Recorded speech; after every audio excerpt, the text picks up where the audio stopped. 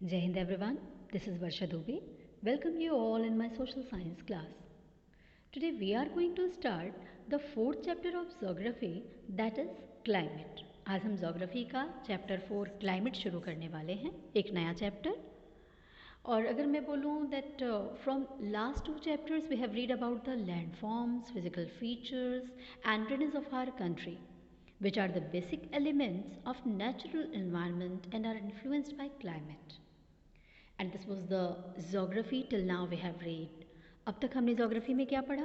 अब तक हमने जो दो चैप्टर पढ़े जोग्राफी के, चैप्टर फर्स्ट जो पढ़ा हमने या चैप्टर सेकंड पढ़ा, जो भी चैप्टर्स हमने पढ़े उससे हमने क्या देखा? हमने ये देखा कि what kind of land forms, what kind of physical features our country है ना. हमारे देश का ड्रेनेज सिस्टम कैसा है, जो रिवर एंड ऑल हैं इनके बारे में हमने पढ़ा है ना. और ये सारी चीज़ें क्या हैं? ये बेसिक एलिमेंट्स हैं किसका? नेचुरल एनवायरनमेंट का, है ना. किसी भी देश की प्राकृतिक जो चीज़ें हैं उसका जो बेसिक एलिमेंट्स, यानी इन्हीं चीज़ों से मिलकर के एनवायरनमेंट बनता है. और ये किससे प्रभावित होता है? And are influenced by climate. These all these things are influenced by climate.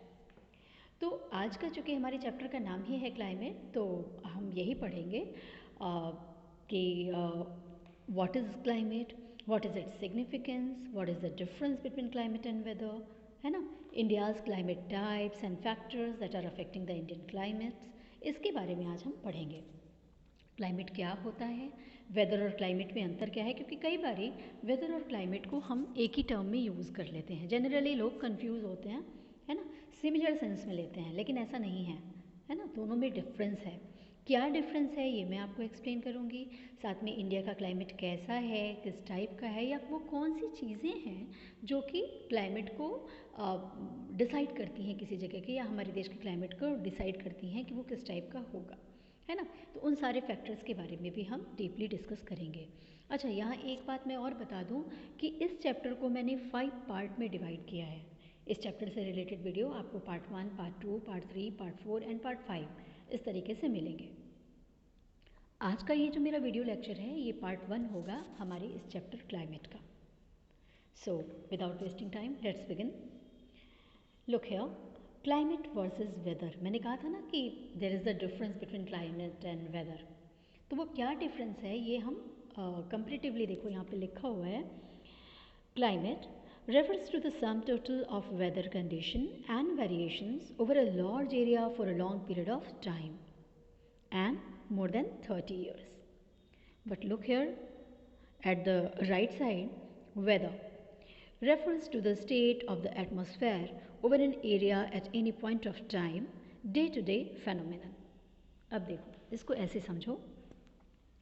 Normally we use the term climate and weather in same sense, but there is difference between these two. Normally हम क्या करते हैं, हम climate और weather में confuse होते हैं, दोनों एक ही चीज़ें हैं, लेकिन ऐसा नहीं है, दोनों में डिफरेंस है. वेदर में चेंज डेली, है ना. मौसम जो है वो रोज़ बदलता है, daily day to day phenomenon है. आप देखो यहाँ लिख भी रहे हो वेदर में क्या, सॉरी देख भी रहे हो क्या लिखा हुआ है ब्रैकेट में, डे टू डे फेनोमेनन, यानी वेदर में चेंज डेली, है ना.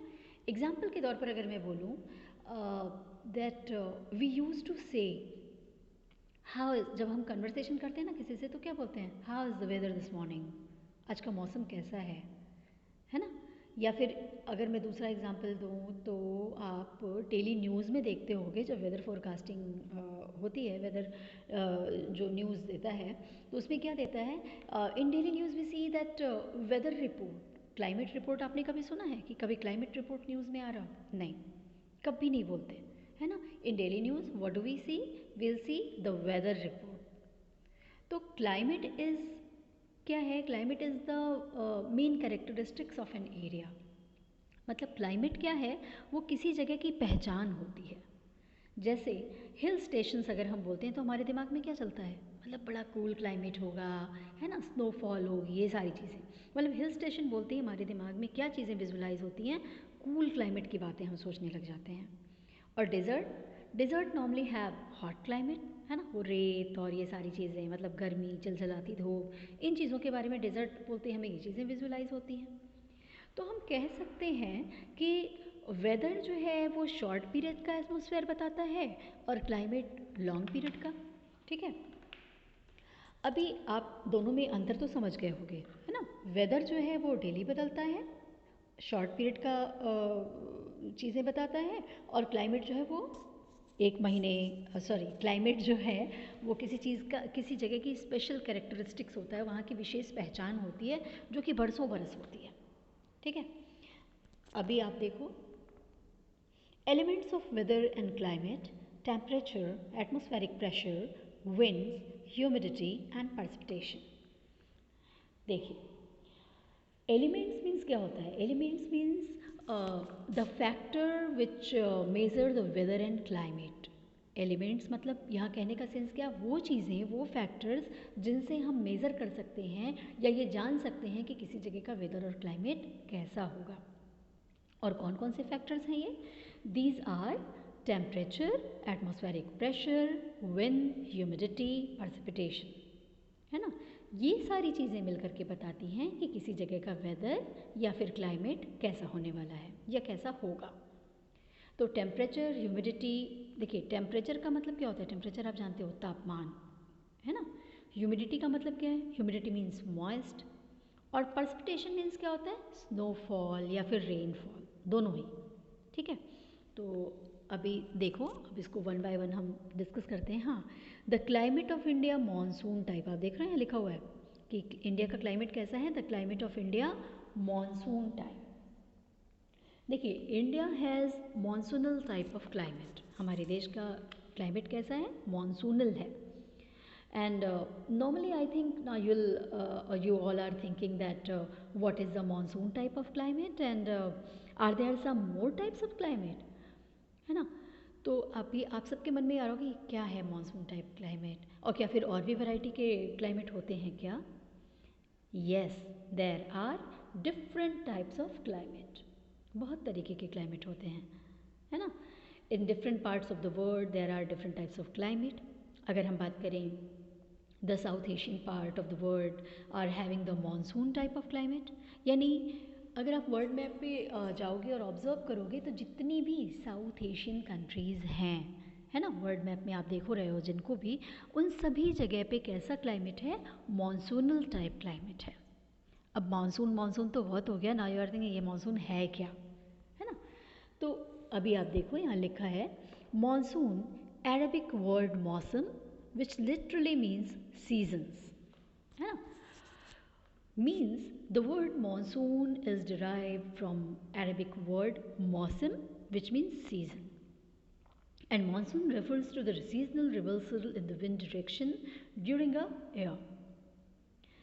देखिए, मॉनसून क्या है? मॉनसून एक अरेबिक वर्ड मौसम से लिया गया वर्ड है, जिसकी मीनिंग होती है सीज़न, मौसम, है ना। और मॉनसून जो है वो seasonal reversal of wind direction बताता है। साल भर में, एक साल में विंड का डायरेक्शन क्या रहा, उसका क्या प्रभाव रहा, इसके बारे में मॉनसून बताता है। ठीक है, in this monsoon type climate there are different types of season. अब देखो, मॉनसूनल टाइप ऑफ क्लाइमेट ज़रूर है, लेकिन मॉनसूनल टाइप ऑफ क्लाइमेट है तो इसका क्या मतलब है? इंडिया में आपको समर भी देखने को मिलता है, विंटर भी देखने को मिलता है ना, और भी रेनी सीजन भी देखने को मिलता है। तो इसका मतलब क्या है? That in this monsoon type of climate there are 3 types of season. Monsoonal time climate होते हुए भी हमारे यहाँ 3 तरीके के मेन सीजन होते हैं: विंटर, समर और rainy. And these seasons are decided according to the flow of wind. और ये सीज़न कब, कौन सा सीज़न होगा, ये कैसे डिसाइड होता है? According to the flow of wind, यानी हवा के बहाव के हिसाब से। ठीक है, अभी देखो, the variation in seasons in India, the variation in seasons in India, there are precipitable region variation and temperature variation in climatic condition. Example के थ्रू इसको समझाया भी है। देखिए, द लेबल, अमाउंट और टाइम पीरियड ऑफ precipitation, या फिर कह सकते हैं rainfall, is not equal entire the country, है ना। दिस में वराई, मतलब ऐसा नहीं है कि ये अगर हम बात कर रहे हैं बारिश की, तो क्या आपको लगता है कि पूरे भारत में एक ही समय में बारिश होती है? ऐसा होता है? या अगर बनारस में तेज़ बारिश आपके अपने शहर में हो रही है, दिल्ली में तेज़ बारिश हो रही है ना, लखनऊ में तेज़ बारिश हो रही है, या फिर केरला में तेज़ बारिश हो रही है, तो पूरे इंडिया में हो रही है, ऐसा होता है क्या? नहीं। या फिर कभी कभी आप देखे होंगे, आप अपने जिस भी जगह पे रहते हो, अगर आप वहाँ की बात करते हो, तो हमारी तरफ अगर आज तेज़ बारिश हो रही है, अपने रिलेटिव्स को कहीं फ़ोन लगाओ जो कि आपके शहर से बाहर है, तो वो बताते नहीं, यहाँ तो बारिश ही नहीं हुई, यहाँ तो मौसम बिल्कुल खुशनुमा है। ऐसा होता है ना? तो ऐसा क्यों होता है? देखिए, एक साथ पूरे भारत में, भारत ही नहीं, मैं कहीं की भी अगर बात करूं, तो ऐसा नहीं है कि मानसूनल टाइप ऑफ क्लाइमेट है तो एक साथ बारिश सब जगह हो रही है, या एक ही अमाउंट में हो रही है, या एक ही लेवल पे हो रही है ना? एक जैसा नहीं होता, ये अलग अलग हो सकता है। कहीं बारिश आज हुई, कहीं 10 दिन बाद होगी, है ना? कहीं बहुत तेज़ हो रही है तो कहीं हल्की, और कहीं बिल्कुल भी नहीं। तो मतलब ऐसा नहीं है कि जितनी बारिश मेघालय में हो रही है उतनी ही राजस्थान में है, आंध्र प्रदेश में भी है। क्यों? क्योंकि क्लाइमेटिक कंडीशन डिफरेंट होती हैं। Physical features like altitude, latitude etcetera are also responsible for this, which we will discuss later in detail. ऐसा क्यों है, वेरिएशन क्यों है? क्योंकि बहुत सारे ऐसे फैक्टर्स हैं, जैसे एल्टीट्यूड, लैटिट्यूड, जिसके बारे में हम डिटेल में आपको बताएंगे, आगे हम डिस्कस भी करेंगे। तो इन सब चीज़ों के कारण सीजनल वेरिएशन होता है। Same is observe for temperature also. जैसे बारिश के टर्म में है ना कि सीजनल वेरिएशन आप देखने को मिल रहा है आपको, वैसे ही टेम्परेचर, ज़रूरी नहीं कि आज जितना टेम्परेचर हमारे यहाँ है दूसरे शहर में भी उतना ही टेम्परेचर हो, या अगर यूपी में, या अगर आपके बिहार में, अगर आपके वेस्ट बंगाल में बहुत गर्मी पड़ रही है तो कश्मीर में भी उतना ही टेम्परेचर है, उतनी ही गर्मी। ऐसा है क्या? नहीं है, है ना? तो मीन्स देयर आर वेरिएशन। इसको आप एग्जाम्पल से समझो। देखो, in summer, temperature at some parts of Rajasthan reaches up to 50 degree, whereas it remains around 20 degree in Pahalgam in Kashmir. Similarly, during winter nights, temperature at Dras in Kashmir may be as low as 45 degrees Celsius, and on the other hand, Thiruvananthapuram may have temperature of 22 degree Celsius. देखिए, हम ये कह सकते हैं कि जैसे अगर summer की बात करते हो तो टेम्परेचर, अगर राजस्थान का टेम्परेचर आप देख रहे हो तो समर के ही सीज़न में कहीं राजस्थान में 50 डिग्री सेल्सियस है, तो वहीं कश्मीर में आप चले जाओ तो उसी समर के सीज़न में वहाँ 20 डिग्री सेल्सियस है ना? अगर आप रात की बात कर लो तो ड्यूरिंग विंटर नाइट, यानी जाड़े की जो रातें होती हैं, तो कश्मीर का जो ड्रास आपने बहुत बारी न्यूज़ में सुना होगा, है ना? ये काफ़ी ऊंचाई पर है ये एरिया कश्मीर में, है ना? तो वहाँ पे जाड़े में रातें कैसी होती हैं? वहाँ का टेम्परेचर जो है 45 डिग्री सेल्सियस से भी नीचे हो जाता है। और अगर हम बात करते हैं तिरुवनंतपुरम में, तो वहाँ पे 22 डिग्री सेल्सियस है। तो ऐसा क्यों है? इन दिस वे, अगर आप इस एग्जाम्पल को देखो तो इनको देखने से हमें क्या लगता है, we see that variations of temperature with perspective of summer and winter. Summer और विंटर में टेम्परेचर भी अलग होता है ना? In certain places there is a difference between day and night temperature, जैसे अभी हमने बताया, द्रास की बात की, या एग्जाम्पल ले लें थार डेजर्ट एंड केरला, दोनों की अगर हम बात करते हैं, actually there are multiple factors which affects the climatic condition, है ना? If we talk about Rajasthan, that is sandy place, sand generally remain too hot in day and too cold at night. In the same manner, Thiruvananthapuram की अगर आप बात करोगे तो it have moderate climate. Why? Due to the land breeze and sea breeze, क्योंकि वो coastal area है। राजस्थान की अगर हमने बात की तो वहाँ का क्लाइमेटिक कंडीशन क्यों डिफरेंट है? क्योंकि वो सैंडी एरिया है, सैंडी प्लेस है। सैंड का नेचर क्या होता है? सैंड जितनी जल्दी हॉट होता है उतनी ही जल्दी कूल भी होता है ना? तो आप राजस्थान में जाओगे तो दिन में जितनी चिलचिलाती धूप होगी, रात में आपको ठंडा मौसम देखने को मिलेगा। और अगर तिरुवनंतपुरम यानी कि कोस्टल एरियाज़ की अगर हम बात करें तो वहाँ पे लैंड ब्रिज सी ब्रिज चलता रहता है। ये तो आपने लैंड ब्रिज और सी ब्रिज क्या होते हैं ये तो आपने क्लास 6 to 8 में पढ़ा भी होगा। मॉडरेट टाइप ऑफ क्लाइमेट होता है इन्हीं के कारण, है ना? In Kashmir due to Himalayan mountains it has low temperature. अगर आप कश्मीर में चले जाओ तो वहाँ हिमालयन माउंटेन्स हैं, उनकी रेंजेस हैं, जो बर्फ़ से ढकी रहती हैं, जिसके कारण वहाँ पे टेम्परेचर क्या होता है, बहुत ही कम होता है, तापमान बहुत कम, ठंड पड़ती है. These are the factors that create the regional variation in terms of temperature, precipitation, yet we are having some monsoon type of climatic condition. इस तरीके से हमने देखा कि रेनफॉल या precipitation की अगर आप बात कर लो या टेम्परेचर की बात कर लो, रीजनल वेरिएशन हमें पूरे भारत में देखने को मिलता है. कहीं कम है तो कहीं ज़्यादा है ना. फिर भी हम ये कहते हैं that monsoon type of climate condition we the Indian have. अभी यहाँ पे देखो, similarly sorry, there are variation in the form and type of precipitation. Temperature में तो आपने देखा, बारिश में भी ऐसा ही वेरिएशन हमें देखने को मिलता है. या precipitation यानी वृष्टि जिसको कहते हैं, है ना. precipitation का मतलब केवल रेनफॉल नहीं है, स्नोफॉल भी आता है इसमें. Snowfall in the upper part of Himalayas due to high altitude. There is 400 centimeter precipitations in Meghalaya due to high hills and less than 10 centimeter rainfall in Ladakh and western Rajasthan. देखिए, similarly there are variation in the form and type of precipitation. अगर हम बात करें तो temperature variation is in the form of rainfall. Rainfall में भी हमें variation देखने को मिलता है, स्नोफॉल में भी हमें वेरिएशन देखने को मिलता है ना.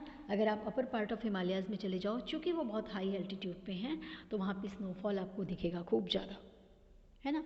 और मेघालय में चले जाओ, चूँकि वहाँ पे हिमालयन रेंजेस हैं, ऊंचे ऊंचे पहाड़ हैं, है ना, तो वहाँ पे क्या होता है, जब मॉइस्चर लेकर के ये हवाएं जब आती हैं सब कोस्टल एरियाज से, तो ये इन पहाड़ों से टकराती हैं और वहाँ पे बारिश होती है ना, खूब बारिश होती है. तो ये रीज़न है हाई हिल्स के कारण. ठीक है. अगर आप लद्दाख की बात कर लो तो लद्दाख भी ऊंचाई पे है, लेकिन लद्दाख और वेस्टर्न राजस्थान में 10 सेंटीमीटर से भी कम बारिश होती है. तो these variation have given rise to variety in the lifes of people. अब इस टेम्परेचर का आप देखो तो अगर मैं बात करूं तो लोगों के जीवन पर भी बहुत प्रभाव पड़ता है. Normally, the rainfall season is in our country is from June to September. अगर हम बात करें तो हमारे यहाँ बारिश का सीज़न क्या होता है, आप मैक्सिमम आपने देखा होगा कि जून से लेकर के सितंबर तक में बारिश का मौसम होता है. एंड अगर हम बात करें तो on the other hand some part receives rainfall during October and November, जैसे तमिलनाडु, है ना. मैक्सिमम हमारे यहाँ बारिश का सीज़न क्या है, जून टू सितंबर. लेकिन हमारे ही देश के कुछ ऐसे हिस्से हैं, कुछ ऐसे पार्ट हैं जहाँ पर बारिश का जो सीज़न है वो कौन सा है, अक्टूबर और नवंबर है ना. जैसे एग्जांपल आपको दे दूँ, तमिलनाडु. तो these variation have given rise to the variety in the lifes of the people. लोगों के जीवन में कितना आप देखते हो अंतर है. ये आप देखो, इंडिया का मैप आप देख रहे हो. देखिए यहाँ पे दिया हुआ है कि आप देखो मैप में सब कुछ लिखा भी हुआ है. If you look at this map from Gujarat to Orissa, आप देखो गुजरात से उड़ीसा की अगर आप बात करते हैं तो the coastal area which we share with sea and oceans like Arabian sea, आपको भी पता है, देखो यहाँ है अरेबियन सी, इंडियन सी और बे ऑफ बंगाल. तो if you look at this map from Gujarat to Orissa is the coastal areas, Gujarat से लेकर के उड़ीसा तक का जो एरिया है ये आपका पूरा का पूरा क्या है, कोस्टल एरियाज़. आप देखो मैंने पानी से यहाँ पे शो भी किया है, अरेबियन सी है, इंडियन ओशन है, बे ऑफ बंगाल है ना. And the rest of the areas at upper part, और अगर आप अपर पार्ट में जाते हो तो यहाँ पे क्या है, we shares are border with other countries. इधर आपका देखो, इधर चाइना आ जाएगा, तो कहीं पाकिस्तान है ना. तो हम अपना बॉर्डर जो है वो इधर दूसरी कंट्रीज से भी शेयर कर रहे हैं, है ना. The length of the coastal area is approximately 7,500 kilometre including the mainland. आप देखो यहाँ लिखा हुआ है मुंबई से लेकर के, मतलब अप्रॉक्स है ये, हाँ एक्चुअल मेजरमेंट मैं नहीं बोल रही हूँ, अप्रॉक्स बोल रही हूँ. अप्रॉक्स यानी लगभग. तो कोस्टल एरिया जो है वो हमारा approximately 7,500 kilometre including the main land. आप देखो ये मेन लैंड भी मैंने शो किया हुआ है, including the mainland and island with it, इनको लेते हुए कितना है 7,500 किलोमीटर का है. If we compare the two areas, for example Delhi और मुंबई की अगर हम बात कर लें, तो दिल्ली आपका देखिए, ये जो इंडिया लिखा है इसके ऊपर है यूपी साइड में। आपके लिए सबसे ज़रूरी ये है कि आपके दिमाग में मैप होना चाहिए, कौन सा स्टेट कहाँ है, कौन सा शहर कहाँ है, लगभग ये मैप का पोर्शन आपके दिमाग में क्लियर होना चाहिए। दिल्ली बोलूँ तो आप तुरंत विजुलाइज़ कर लो, मुंबई बोलूँ, मद्रास बोलूँ, केरला बोलूँ, तो आप तुरंत विजुलाइज़ कर लो कि हाँ ये पार्ट किधर है, ये शहर, ये देश, ये राज्य किधर है ना। तो अगर हम बात करते हैं, कंपेरिजन करते हैं दो एरियाज़ का, दिल्ली और मुंबई का, we'll notice that people in Delhi usually face extreme hot and as well as extreme cold, but the people of Mumbai and the coastal areas don't face an extreme cold and extreme hot. Why?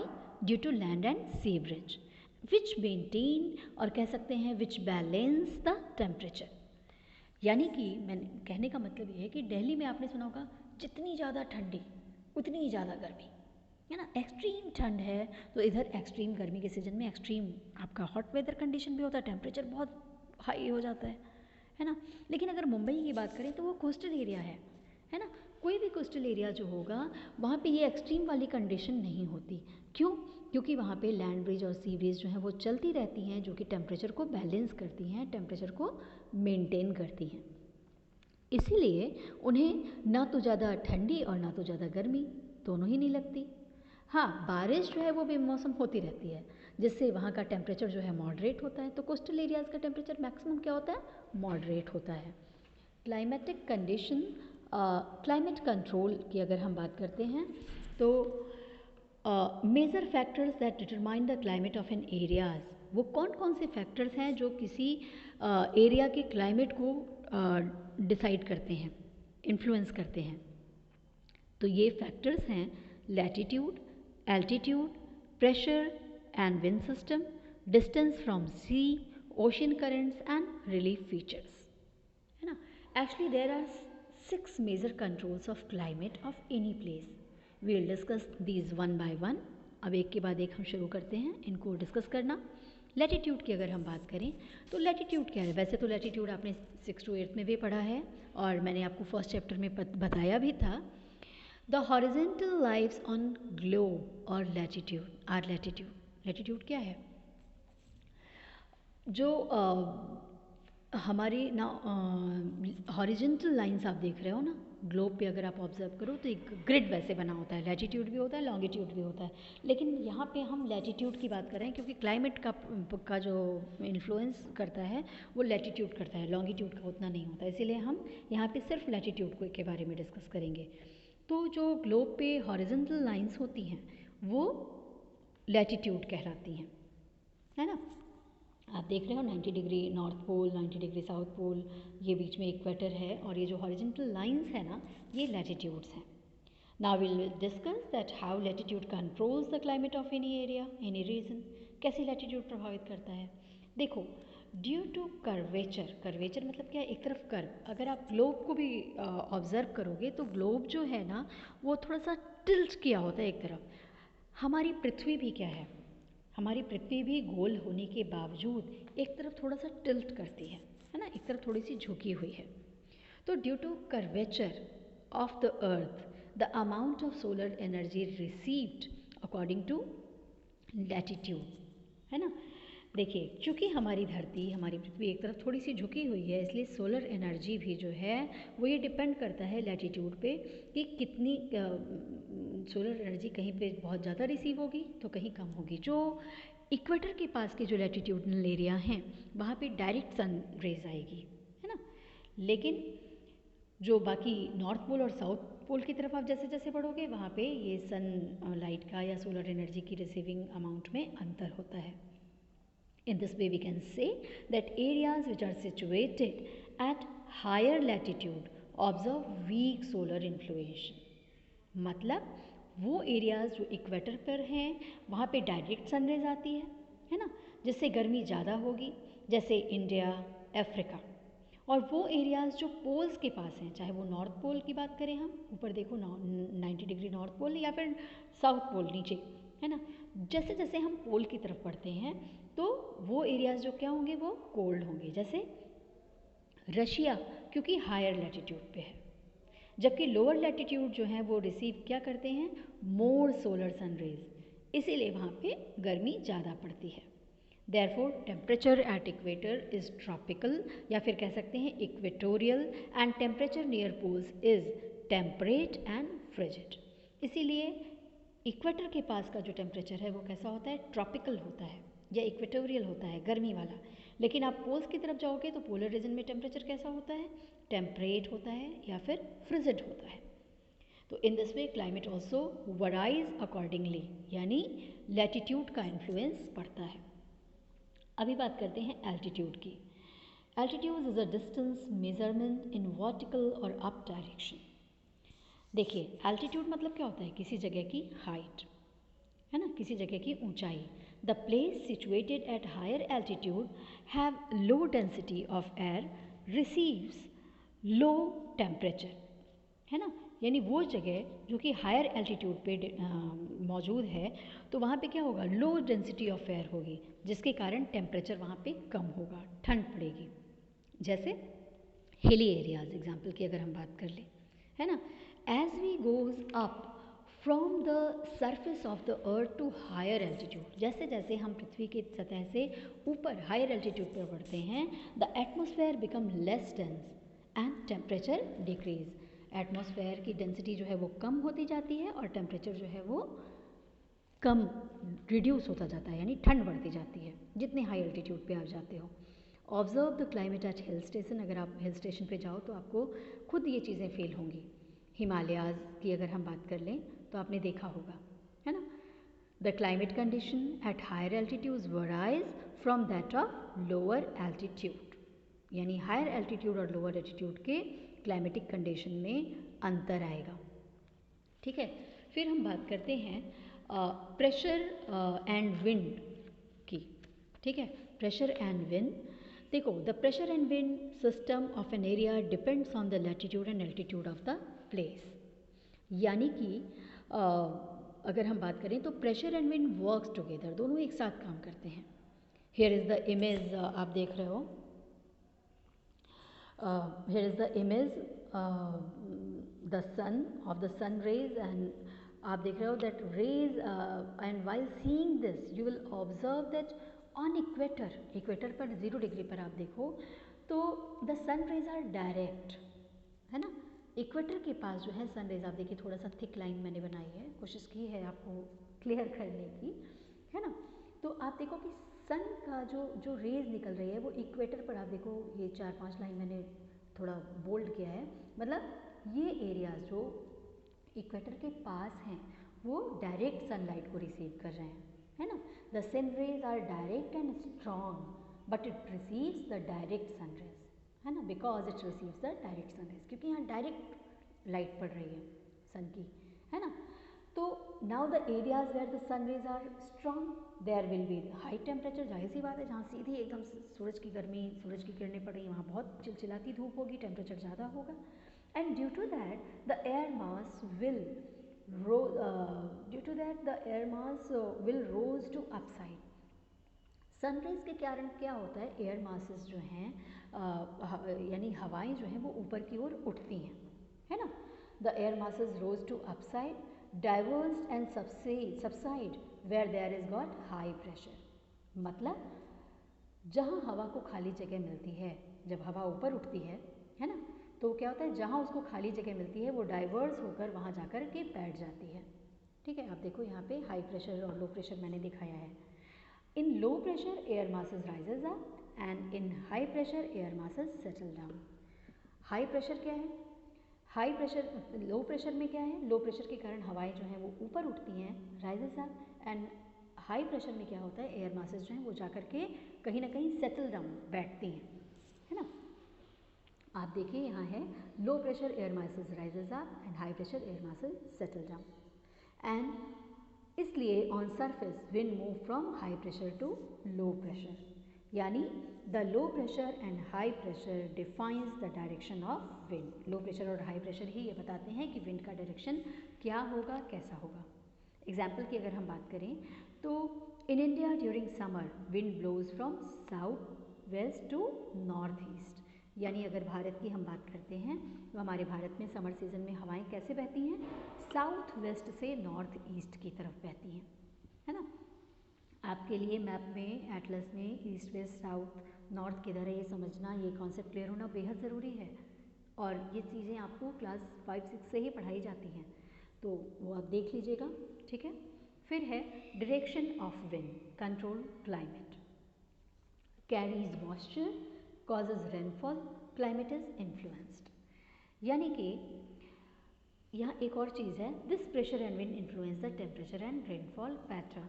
देखो, now the question is that how does the wind control climate. अब प्रश्न ये उठता है कि wind कैसे control करती है क्लाइमेट को।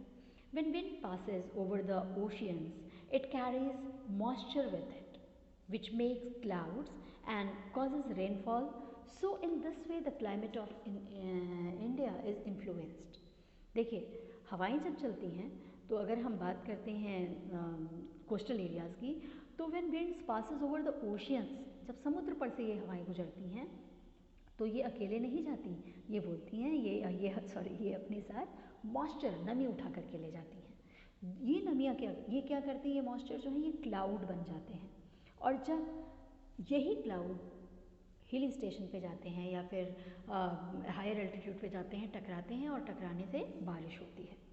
तो इस तरीके से क्लाइमेट जो है वो प्रेशर और विंड से देखिए कैसे प्रभावित होता है। मेरे ख्याल से अब आपको क्लियर हो गया होगा। Now distance from the sea exerts a moderating influence on climate. Coastal areas have moderate climate as compared to the interior land, and example है मुंबई एंड दिल्ली। देखो, इसको ऐसे समझो, as the distance from the sea increases, जैसे जैसे समुद्र से जो दूरियां हैं वो बढ़ती हैं, its moderating influence decrease and the people experience extreme weather condition, है ना, एक्सट्रीम। जैसे जैसे हम समुद्र से दूर हटते जाते हैं हमें कौन सा वेदर फेस करना पड़ता है, climate, extreme type of climate, यानी गर्मी हुई तो बेहद, ठंडी हुई तो बेहद। This condition is known as continentality, very hot during summer and very cold during winter. इसका बेस्ट एग्जाम्पल है दिल्ली। अभी ओशियन करंट क्या है, देखो, an ocean current is the continuous movement of ocean water in a pattern. The pattern may change also and affect the climate of coastal areas. Yani, this massive movement of water is influenced by a variety of different forces such as winds, waves, rotation of earth and slopes etc. है ना, क्या होता है, ये चीज़ें कैसे प्रभावित होती हैं। ये ओशन करंट जो है कंटिन्यूस मूवमेंट होता है ओशन का, एक तरीके के पैटर्न, और ये पैटर्न जो है ये चेंज होता है। कैसे ये मूवमेंट जो है ये इन्फ्लुएंस होता है, किन किन चीज़ों से, हवाओं से, वेव्स से, रोटेशन ऑफ अर्थ जो रोटेट करता है उससे, या फिर स्लोप्स से। These ocean currents are either cold और हॉट, ये कोल्ड भी हो सकती हैं और हॉट भी हो सकती हैं। रिलीफ की अगर हम बात करते हैं तो physical feature on earth surface is different forms, in different forms are known as relief, like mountain, plateau, plains and desert. मेरे ख्याल से आपको क्लियर भी होगा। Relief to play a major role in determining the climate of a place. High mountain acts as a barrier for cold or hot winds, and they may also cause precipitation. Relief देखिए क्या होता है, relief कई तरीके का, high mountains, relief क्या है, वही लैंड फीचर्स, कहीं बहुत ऊंचे पहाड़ हैं, है ना, कहीं पे क्या है, स्लोपी एरिया है, कहीं प्लेन एरिया है, तो ये भी बहुत इंपॉर्टेंट रोल प्ले करता है। हाई माउंटेन जो है वो बैरियर, जैसे हिमालय हमारा बेस्ट एग्जाम्पल है, वो हमारे लिए एक वरदान, एक स्ट्रॉन्ग सोल्जर की तरह खड़ा हुआ है ना, ये हमें दुश्मनों से भी बचाता है और साथ साथ कोल्ड और हॉट विंड्स जो आती हैं उनसे भी हमें बचाता है। नहीं तो भारत में भी क्या होता है, एक्सट्रीम टाइप ऑफ क्लाइमेट पूरे समय होता है, बहुत ठंड होती है ना। तो दे में ऑल्सो कॉज प्रेसिपिटेशन। एक बात और है कि ये जो पहाड़ हैं ये जो हमारे लिए क्या करते हैं, बारिश का भी रीज़न है, नहीं तो वो मॉइस्चर लिए हुए जो हवाएं आती हैं वो आगे निकल जाती। तो मेरे ख्याल से यहाँ तक आपको चीज़ें समझ आ गई होंगी। And in this way we have discussed about all the important factors which affects the climate of an area. आज हमने उन चीज़ों के बारे में डिस्कस किया, क्लाइमेट क्या है, वेदर क्या है, और वो कौन से फैक्टर्स हैं जो किसी जगह के क्लाइमेट को इन्फ्लुएंस करते हैं, उस पर अपना इम्पैक्ट डालते हैं। हाँ, लेकिन ये फैक्टर्स अभी हमने जनरल डिसाइड किया है, अभी इंडिया के संदर्भ में, इंडिया के पर्सपेक्टिव से हमने नहीं डिस्कस किया। In the next video we will discuss about the factors affecting India's climate, the Indian monsoon, retreating monsoon, seasons, इन सब के बारे में मैं मेरे नेक्स्ट वीडियो में डिस्कस करूँगी। That will be the part 2 of chapter 4 climate. ठीक है, तो आज के लिए इतना ही। That's it for today. Please stay connected, keep learning, don't forget to like and subscribe my videos and hit on the bell icon to get the notification of my upcoming video. So thank you for today. Jai Hind, goodbye.